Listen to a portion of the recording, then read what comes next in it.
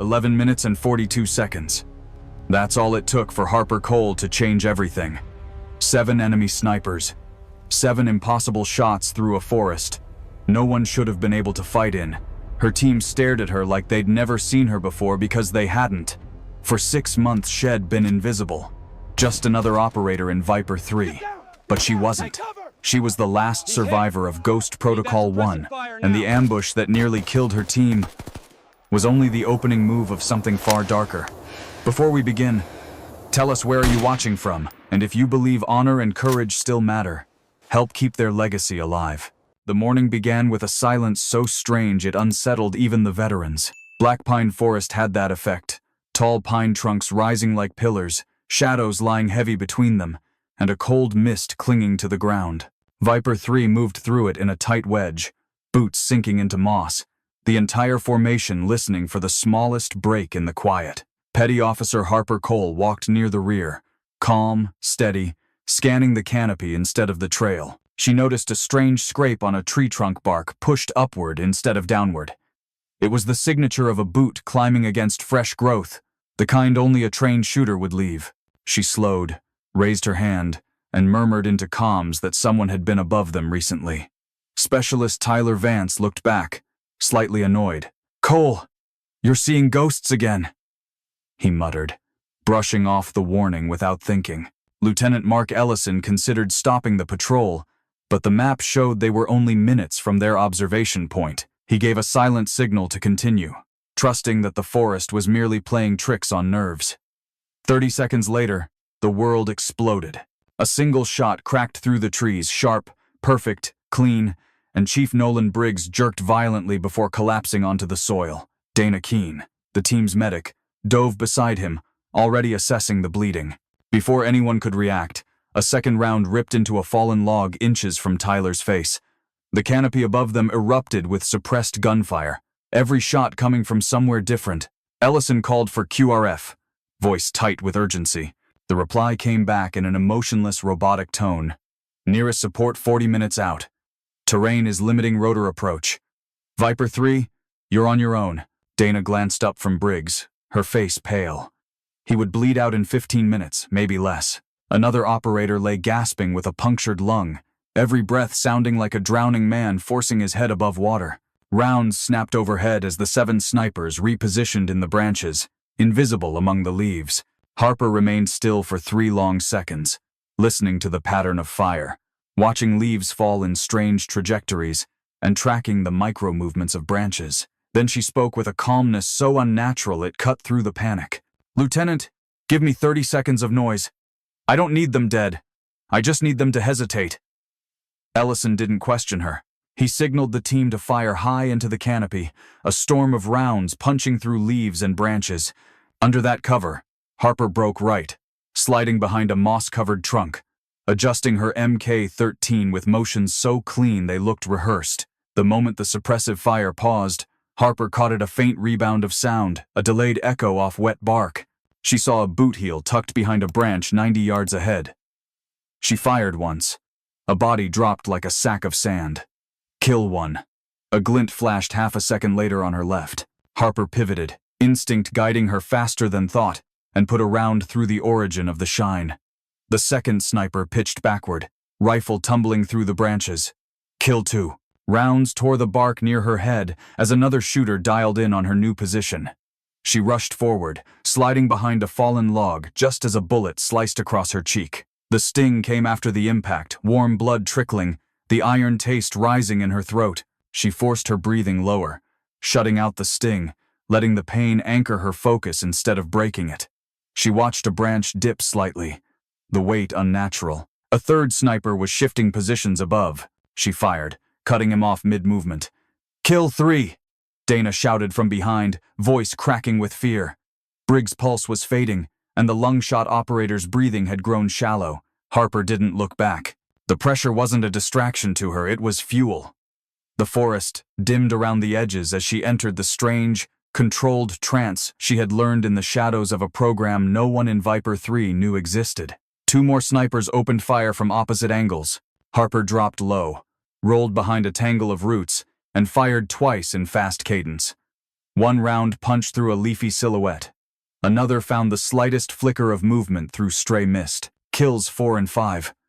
The forest shuddered, then quieted. But Harper knew there were 2 more. She shifted 10 paces to the right, slowed her breathing, and watched for details no one else would ever notice. The 6th sniper made the mistake of moving between branches. She caught him in midair. Kill 6. Only one remained, the one she sensed before seeing. The one whose technique felt too familiar. Harper caught the faintest reflection off glass far to her right, a disciplined shooter adjusting just a hair too much. She steadied the rifle, ignoring the blood still dripping from her cheek, and fired through layers of leaves and drifting dust. The 7th sniper stumbled, dropped his weapon, and slumped against the trunk. He didn't die immediately. His body folded slowly, as though the forest itself was lowering him to the ground. Dana screamed for defibrillation as Harper lifted her head. Briggs was still alive but moments from slipping away. The lung-shot operator had nearly coded, yet the forest had gone silent. 7 snipers, all neutralized in under 11 minutes. Ellison looked at Harper with an expression she hadn't seen before. Part shock, part fear, part respect, struggling to form a shape. "Cole, what did you just do?" Harper wiped the blood from her cheek, exhaled once, and answered softly. "I did what I was built for, sir." No one spoke for several seconds after the last sniper fell. The forest was too quiet, the air too heavy, as if the trees themselves were processing what Harper Cole had just done. Ellison scanned the canopy again, half expecting another shot, but nothing moved except drifting leaves. Dana Keene finally shouted that Briggs had a heartbeat, but barely. She was kneeling in mud, hands shaking from adrenaline as she prepared a field transfusion. The other wounded operator gasped raggedly, fighting for breath with a punctured lung. If Harper's shots had taken a second longer, both men would already be dead. Tyler Vance stared at Harper like he was seeing her for the first time. He had mocked her caution earlier. Now his voice trembled. "Nobody does that. Nobody shoots like that." Harper kept her eyes forward, scanning the tree line for movement. "Stay focused," she murmured. "This isn't over yet." Ellison ordered a perimeter while Dana stabilized the wounded. QRF was still 20 minutes out, an eternity in a forest where death could return at any angle. Harper reloaded with hands far steadier than anyone expected from someone dripping blood down her face. The team gathered the bodies of the snipers after verifying the area. One of the fallen shooters had a custom rifle with Russian engravings. Another had a laminated card containing strange coded markings. Harper crouched beside the 3rd body, pulling away wet leaves until she saw the dead man's face. She froze. Recognition hit her like a punch. The cheek scar, the faded tattoo along his collarbone, the impossible coincidence. She whispered his name. Alton Mirov. Ellison heard her. "You know him?" "Yes," she replied, voice tight. "And that means this wasn't random. They weren't hunting the team. They were hunting me." Before Ellison could process that, a small, folded sheet slipped from Mirov's pocket. Harper opened it with slow, careful hands. Inside was a grainy photograph taken from high ground showing Viper 3 training at Greyfall Range 2 months earlier. The photo captured her in the background, adjusting her rifle, and someone had circled her face. Twice. Ellison inhaled hard. This was taken inside our own perimeter. Someone in our command chain gave them access. Harper nodded once. "There's a mole, sir. And they've been tracking me for months." Dana approached, blood on her gloves but relief in her voice. Briggs stabilized. "If the bird arrives on the updated ETA, hell live." Harper felt the weight lift slightly, but didn't let it break her focus. The forest was still too still, and a mission like this, well-planned, multi-angle, synchronized, rarely ended with only one wave. She scanned the bodies again, noticed something the others missed. They were not carrying communication gear. None of them. Not a single radio. "Lieutenant," she said, voice low. "If they didn't carry comms, that means someone else was directing them. Someone close. Someone who could monitor our patrol in real time." Ellison's jaw clenched. "We return to base and lock this down. No comms. No chatter. We walk straight into a debrief and say nothing to anyone else." The evacuation helicopter thumped overhead 10 minutes later, too loud, too bright for the darkness of what had happened below. Dana loaded the wounded. Ellison signaled for extraction, but Harper lingered for a moment beside Mirov's body, staring at a man she once hunted in another life, a life no one in Viper 3 knew existed. During the flight back, Harper avoided every curious glance. Tyler sat opposite her, gripping his rifle like a lifeline. His voice broke the hum of the rotors. "Harper, what are you?" She looked out the window again. Her answer was nothing more than a whisper, someone I hoped never to be again. When they reached the Forward Operations Center, officers swarmed them immediately. Instead of applause or congratulations, the mood was tense. Too many eyes watching, too many hushed voices. Someone had already leaked information about the ambush, and intelligence units wanted answers. Ellison shut it all down with one raised hand. "Full debrief. My team only. No exceptions." The senior officer at the entrance opened his mouth to argue, but Ellison's tone silenced him. Inside the secure briefing room, lights flickered on with a cold hum. Maps, digital records, and tactical displays covered the walls. Harper felt the old dread crawl up her spine. This room smelled like the past, like ghost program debriefs, like missions where silence was mandatory and mistakes were fatal. Ellison shut the door, turned to Harper, and spoke with the directness of a man who'd just seen death far too close. "Cole, you saved us all, but skill like yours doesn't come from standard training. I need the truth. Who were those men to you? And why did one of them carry your picture?"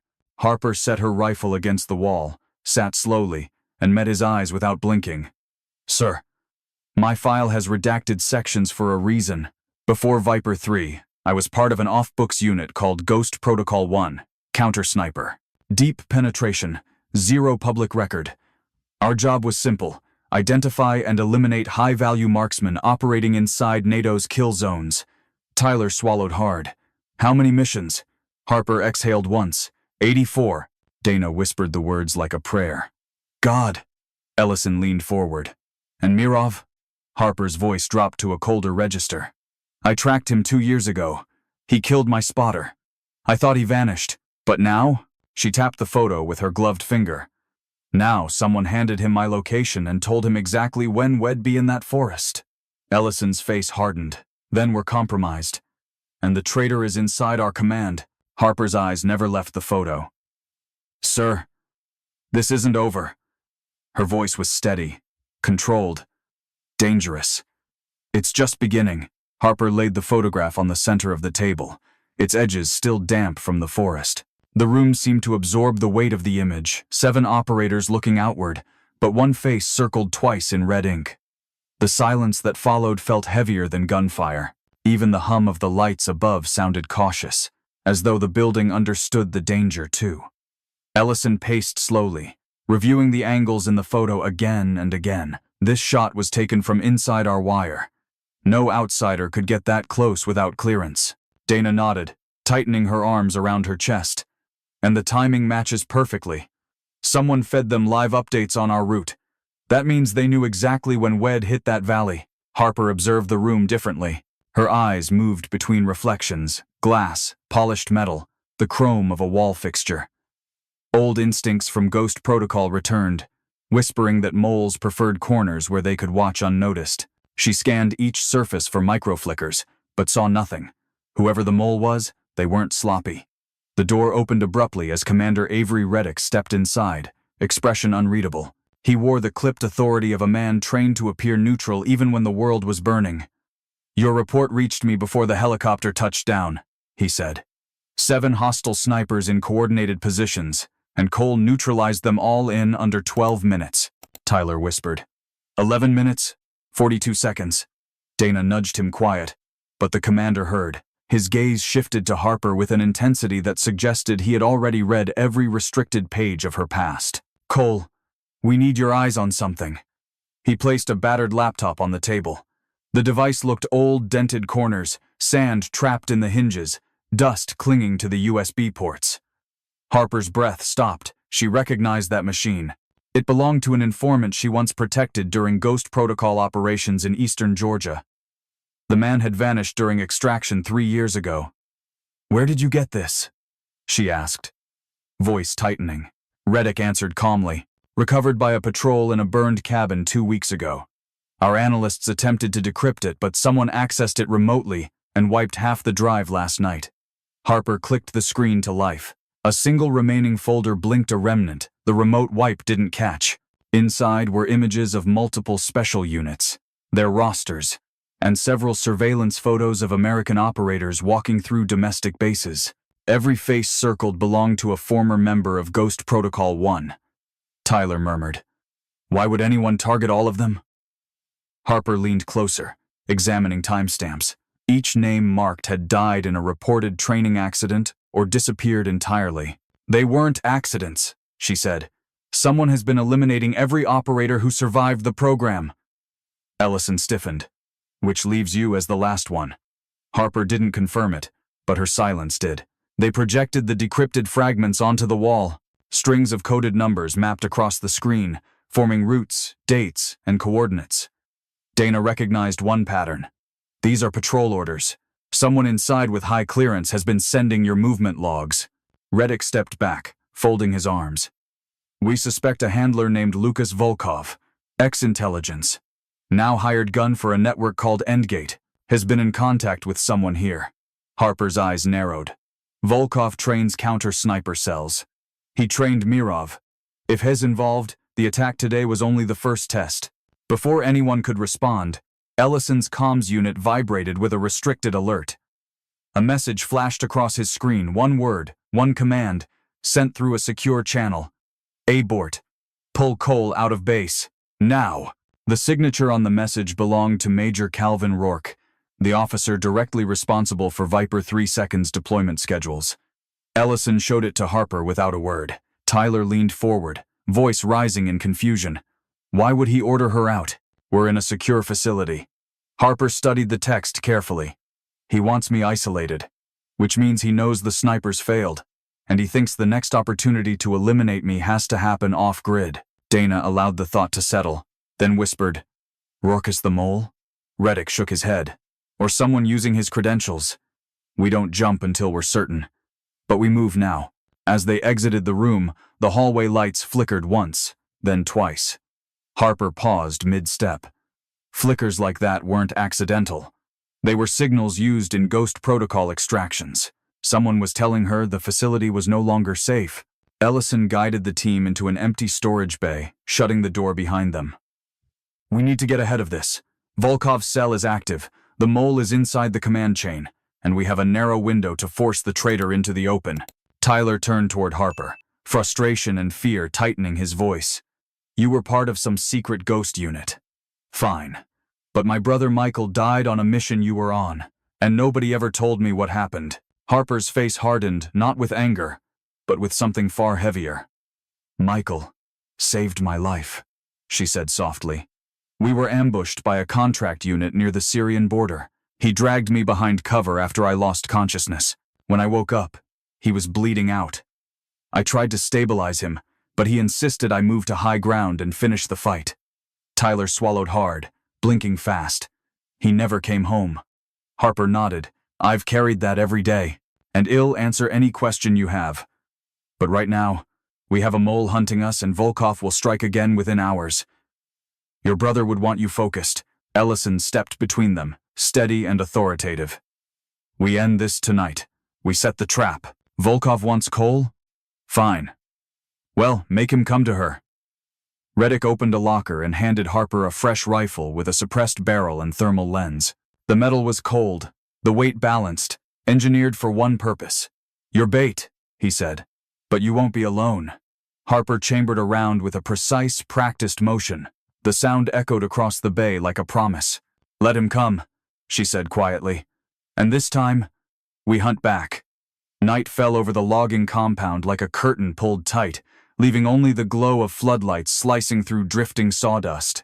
The abandoned yard had long since turned into a labyrinth of steel frames, cut timber, and machinery frozen mid-rust. Harper Cole stepped into the center of it with slow, deliberate movements, knowing every eye, friendly or hostile, was on her.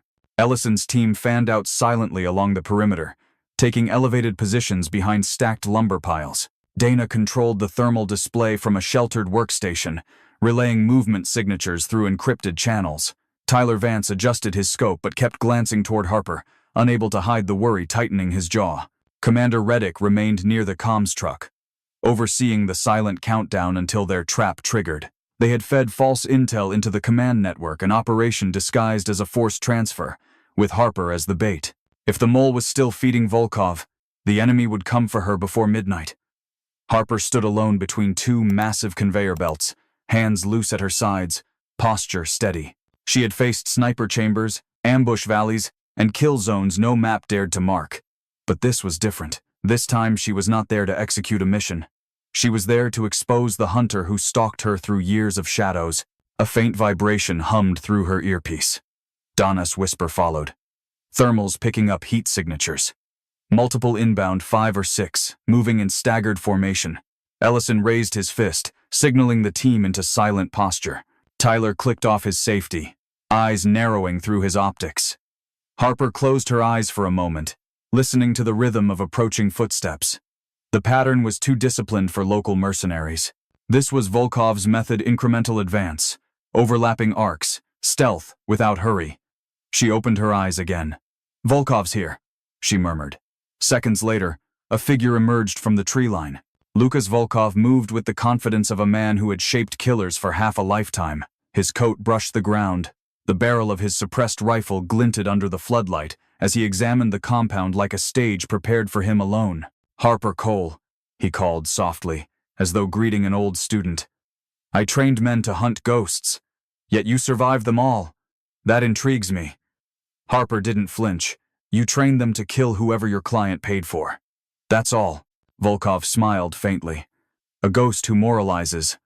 How quaint." He stopped 10 paces from her, lowering his rifle but never losing the advantage in his stance. "Your last remaining comrades from Ghost Protocol 1 are gone. All but you. Tell me why protect a world that tried to erase you?" Harper didn't answer. She shifted her weight slightly, watching the shadows behind him. Volkov followed her glance, amused. "My men are already in position. If I fall, you die with me." It was exactly what she needed him to believe. A new voice cut through the tension, coming from the open gate at the far end of the yard. "Enough, Volkov." Major Calvin Rourke stepped into the light, calm, composed, and utterly unashamed.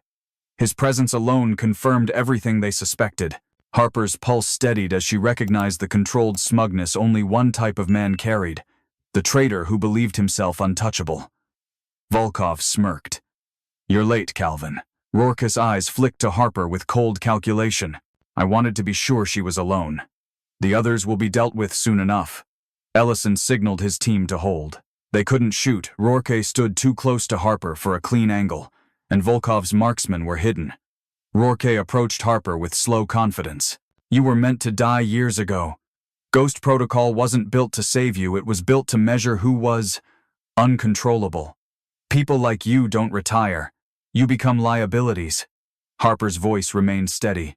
"So you killed them all. Fisher, Remyers, Nolan. Every operator who stayed loyal." Rourke nodded, almost satisfied at being understood. "You survived too long, Cole, and you made too many enemies by simply refusing to disappear." Harper angled her head slightly. "You talk too much." Rourke smirked. "You never learned when to stop." Donna's whisper entered Harper's ear. "Signal locked. Tyler has the shot. Say the word." Harper stepped half a pace sideways, appearing to retreat, not enough to provoke, but enough to alter the geometry. Volkov shifted to cover her. Rourke turned slightly, exposing his shoulder to the floodlight. It was all Tyler needed. A single suppressed round tore through the night, striking Rourke's rifle arm. The major screamed, dropping his weapon. Volkov spun, raising his rifle, but Ellison fired from above, pinning Volkov behind a timber stack. Chaos erupted as Volkov's men broke from cover. Ellison's team engaged with precision fire, each shot controlled and deliberate. Dana guided them through thermal markers. "2 moving left, intercept! 1 on conveyor belt! Tyler, you're hot!" Harper sprinted toward Volkov as bullets ricocheted off steel frames. The older marksman tried to realign for a clean headshot, but Harper slid behind a support column, emerged from the opposite angle, and fired once. Her round shattered his scope, ripping through the rifle stock and forcing him backward. Volkov staggered, bleeding, but still stood. "You learned well," he rasped. Harper approached slowly, rifle steady. "You taught killers. I learned to survive. Before Volkov could lift his backup pistol, Harper's second shot ended it. The yard fell silent except for raucous, ragged breathing. Ellison cuffed the major, ignoring his defiant glare. Tyler approached Harper with a mixture of awe and gratitude. "You didn't have to save us like that," he murmured. Harper looked past him to the tree line, where fog crawled slowly between the pines. "Yes," she said quietly. "I did." 3 weeks later, the base returned to routine, though nothing felt normal. Harper trained Tyler at the range in early morning frost. He fired 3 shots, 2 close, 1 drifting. He lowered his rifle, frustrated. Harper adjusted his stance gently. "Your brother had the same habit," she said. He overcorrected on the second breath. Tyler exhaled. "Bishop wants to see you, by the way. Said it's about the others." Harper paused. "Which others?" "The 3 Ghost Protocol operators who died last year." He said the reports were inconsistent. A stillness settled over her expression. "Accidents?" Tyler nodded. "That's what the files say." Harper loaded a fresh round, took a long breath, and fired. The bullet struck dead center at 1,000 yards. "In our world," she said softly, "accidents don't exist." She holstered the rifle, eyes fixed on the horizon, calm, resolute, unafraid. "And if someone wants the last ghost erased, they know where to find me." If you enjoyed the story, consider sending a super chat to help bring more stories like this. Now, click on the video on the screen to hear another story that's just as powerful and captivating, with courage, sacrifice, and a choice that will leave you questioning everything you thought you knew about duty and justice.